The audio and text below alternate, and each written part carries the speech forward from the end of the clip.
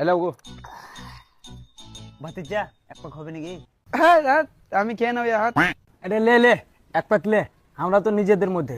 ও না না, আমি ওই খেয়ে না, আমি ওই সব খেয়ে না, আমি খেতে পারবো না। ছি। ওরে ভাতিজা একটু বলে একটু, বেশি লয় একটু। আচ্ছা ঠিক আছে, একটু একটু।